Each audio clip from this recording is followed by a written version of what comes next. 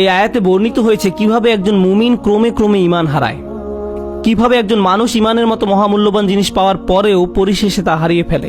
রাতারাতি কোনো ব্যক্তির ঈমান ধ্বংস হয়ে যায় না, একদিন সকালে ঘুম থেকে উঠে কোনো ঈমানদার ব্যক্তি মুনাফিক হয়ে যায় না। এটা একটা পর্যায়ক্রমিক প্রক্রিয়া। এই প্রক্রিয়াটি এই নিরন্তর বাণীতে প্রকাশিত হয়েছে, বালা অবশ্যই তোমরা আমাদের সাথে ছিলে, ওয়ালাকিন্নাকুম ফাতানতুম আনফুসাকুম।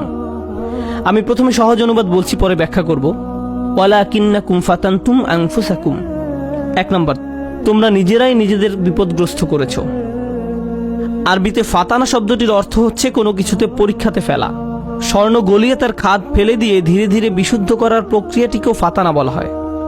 স্বর্ণ নিখাত করার প্রক্রিয়াটি কিন্তু সহজ নয়, বরং এটি একটি যন্ত্রণাদায়ক দহন প্রক্রিয়া।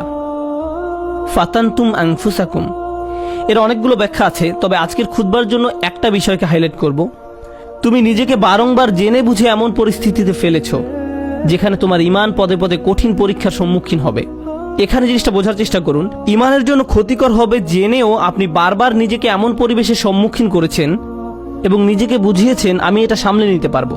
আপনি নিজেকে এমন সব বন্ধু আত্মীয় স্বজন দিয়ে পরিবেষ্টিত করে রেখেছেন যারা খারাপ কাজ করে, খারাপ কথা বলে, অশ্লীল জিনিস দেখে, কিন্তু আপনি নিজেকে বুঝিয়েছেন আমি তাদের মতো না।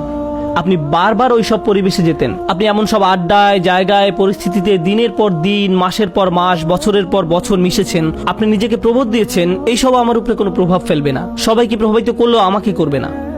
এমনিতেই তারা ঈমান হারা হয়ে যায়নি। ঈমান ধ্বংসের প্রথম ধাপটি হচ্ছে অসৎসঙ্গ।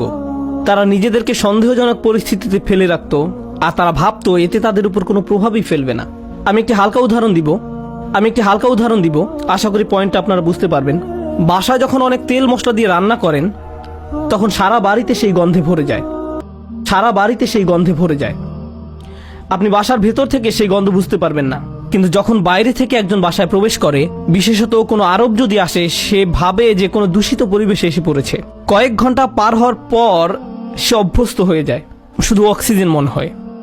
ঠিক একইভাবে আপনি প্রথমে খারাপ কোনো পরিবেশে গমন করলে সাথে সাথে বুঝতে পারেন এটা ঠিক নয়, আমি খারাপ হয়ে যাব, আমার এখানে থাকা উচিত নয়। আপনার অন্তর অস্বস্তি অনুভব করে, কিন্তু আপনি যদি বারবার এই পরিবেশে যেতে থাকেন তখন কি হবে? আপনি আর খারাপ বোধ করবেন না।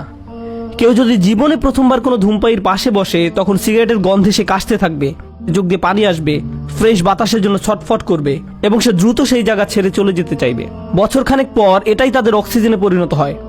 সিগারেট ছাড়া তারা নিঃশ্বাসও নিতে পারে না। তাহলে প্রথম সমস্যা হলো আপনি নিজেকে অসৎ পরিবেশে ফেলে রাখেন। ফাতানতুম আনফুসাকুম। দ্বিতীয় সমস্যাটি কি ছিল? দ্বিতীয় সমস্যাটি ছিল ওয়াতারাব্বাসতুম। তোমরা প্রতীক্ষা করেছো, দীর্ঘসূত্রিতা করেছো। এখানে দীর্ঘসূত্রিতা বলতে কি বোঝানো হচ্ছে? আপনি বুঝতে পেরেছিলেন যে এটা খারাপ, আপনার নিজের বিবেকের মাধ্যমে আপনি বুঝতে পেরেছিলেন যে আমার নিজেকে পরিবর্তন করা উচিত, কিন্তু নিজেকে বুঝিয়েছেন ইনশাআল্লাহ আমি খুব দ্রুত নিজেকে পরিবর্তন করব। আমি জানি নিজেকে পাল্টাতে হবে, আমি জানি এটা খারাপ, শুধু এই সপ্তাহ পরেই আমি সম্পূর্ণ ভিন্ন মানুষে পরিণত হব। বেশি না, আর একটা সেমিস্টার 2 মাস ওই বকে যাওয়া বন্ধুদের সাথে থাকবো, তারপর আমি অন্য কোর্স নিব। এখন ওদেরকে রাগানো ঠিক হবে না। আমি জানি এটা খারাপ, শুধু এই 1 মাস আমি এসব করব। আর এই 1 সপ্তাহ, এই আর 1টা বা 2টা পার্টি, 1টা 2টা ড্রিঙ্কস, এভাবে আপনি নিজেকে বলতে থাকেন। আর সামান্য একটু এই 9-10 মাস পরেই তো রমজানে সব ছেড়ে দিব, পুরাই চেঞ্জ হয়ে যাব। আমার প্ল্যান আছে হজে যাওয়ার। হজ থেকে আসার পর দেখবেন আমি কেমন ভালো মানুষে পরিণত হই। এভাবে আপনি নিজেকে বলতে থাকেন, আর সামান্য একটু, কিন্তু সে পর্যন্ত আমার জন্য দোয়া করতে থাকুন।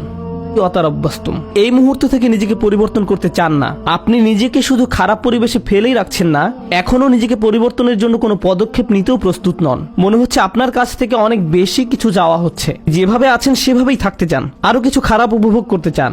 এটাই ওয়াতারাব্বাসতুম। আপনি ধারণা করে আছেন, আপনার প্রথম ধারণা ছিল আমি খারাপ পরিবেশে থাকলেও এটা আমার উপর কোনো প্রভাব ফেলতে পারবে না। সময়ের সাথে সাথে ভয়ঙ্কর খারাপ কিছু আপনার কাছে স্বাভাবিক হয়ে যায়। এখন অতারাব্বাস্তুম বা অপেক্ষা করতে থাকা, দীর্ঘসূত্রিতা করার প্রভাব কি?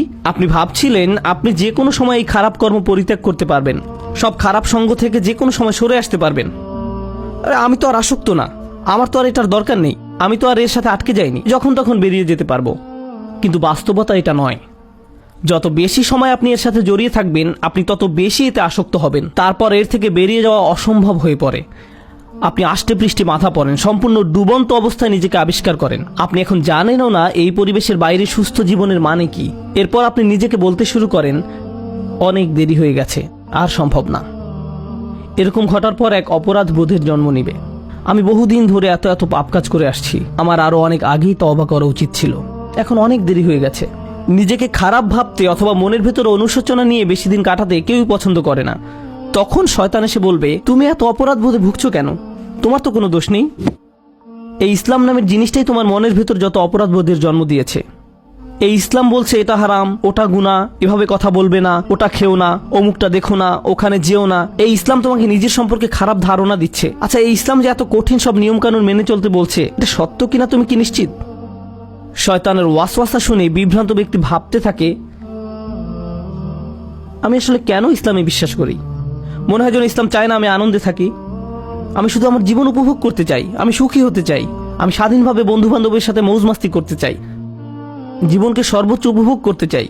আমি তো এমনিতেই কোরআনের সত্যতা সম্পর্কে নিশ্চিত নই। আল্লাহ বলে কেউ আছে কিনা এই ব্যাপারে আমার সন্দেহ আছে। এই কোরআন হাদিস কতটা নির্ভরযোগ্য? আমাদের আশেপাশে এরকম বিভ্রান্ত অবস্থায় অনেক আব্দুল্লাহ, জয়নব, আলী, ফাতিমা, আব্দুল করিম, আহমদ, রুকাইয়া তরুণ তরুণীর আমরা দেখতে পাই। তারা খুব নির্ভীকভাবে বলে, ইসলাম নিয়ে আমার মনে অনেক সন্দেহ আছে।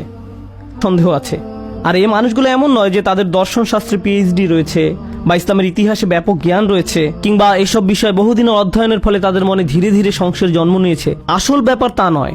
এরা নিজেদের জন্য জেনে বুঝে খারাপ সঙ্গ এবং অসৎ পরিবেশ বেছে নিয়েছিল। আমি এমন শত শত মানুষের সাথে কথা বলেছি, তারা আক্ষরিক অর্থে এই আয়াতের ভিতরে জীবনযাপন করছে। তোমরা নিজেরাই নিজেদেরকে বিপদগ্রস্ত করেছো, প্রতীক্ষা করেছো, সন্দেহ পোষণ করেছো এবং অলিক আশার পেছনে বিভ্রান্ত হয়েছো। অবশেষে আল্লাহর আদেশ এসে পৌঁছেছে। তারপর এক সময় তারা ধর্ম নিয়ে সন্দেহ পোষণ করতে থাকে, কিন্তু তাদের এই সন্দেহের সাথে যুক্তি বা বুদ্ধির কোনো সম্পর্ক নেই। ওয়ারতাবতুম, সন্দেহ পোষণ করেছে। জানেন সন্দেহ কি করে? সন্দেহ প্রথমে তাদের ইসলামের গণ্ডি থেকে বের করে দিবে। তারা এভাবে নিজেকে সান্ত্বনা দিবে, এটা তো আসলে পুরোপুরি সত্য না, সুতরাং এটা না মানার কারণে আমার খারাপ অনুভব করার দরকার নেই।